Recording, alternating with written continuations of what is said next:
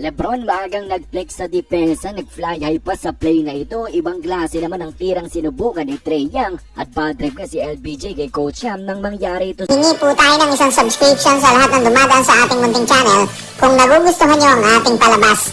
Kung medyo mabigat ang subscription, siguro kahit isang like at isang share na lang po yan. Okay na po ako dyan. Maraming salamat. Hanggang sa... Two teams na dikit sa trade rumors na ganap. Lakers versus Atlanta Hawks. No AD this game. Get start na agad tayo in the first quarter. At itong si Austin at Lebron, tigisang layup dyan. At nag-flex pa dyan mga idol, itong si LBJ. Pero bumawi naman ang Hawks dyan ang kanilang two left-hand baskets. Close game lang tayo in the first quarter mga idol. At hirap nga ang dalawang teams sa kanilang opensa. Low scoring game tayo so far. Pero dahil nga sa turnovers ng Lakers at sa kanilang bad defense, lumayo na dito ang home team at umangat sila by 7 points. Maalat nga in the first quarter tong team ng Lakers mga idol, kaya naman down sila 36-29 after 12 minutes. Second quarter natin, two nice passes ni Lebron sa umpisa, nagresulta sa dalawang monster dunk ng Lakers team. Get timeout agad ang Hawks dito. And then matapos niyan, bumawi nga sina Trae Young at Bogdanovic para ibalik sa pito ang kanilang kalamangan. Sumubok pa ng behind the backboard shot itong si Trae Young kaso mintes. Back and forth niyang nangyari dito mga idol at panay highlights nga ang ginawa dito ng Lakers si Rui. Pati na rin si Lebron, sasama pa si Jackson Hayes kaso offensive foul.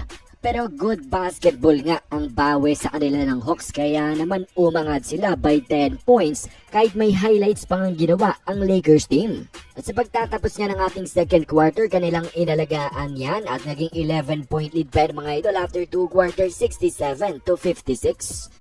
Third quarter natin, ganda ng umpisa ng Atlanta Hawks. 6 oras ang ginawa nila, angat sila by 17 points. Itong si Coach Yam, nakatunga nga lang. Si Lebron na nga yatang tumawag ng timeout. Kamot na lang itong si Darvin Ham dito.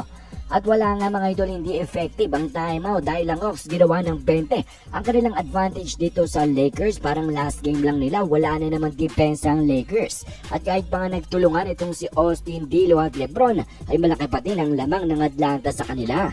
Toto kayod nga hanggang uli ang team ng Los Angeles Lakers mga idol, pero down pa nga rin sila by 15 points ang dahil bumabawi nga ang Atlanta ko sa kanila. 103-88 ang score natin matapos ng 3 quarters.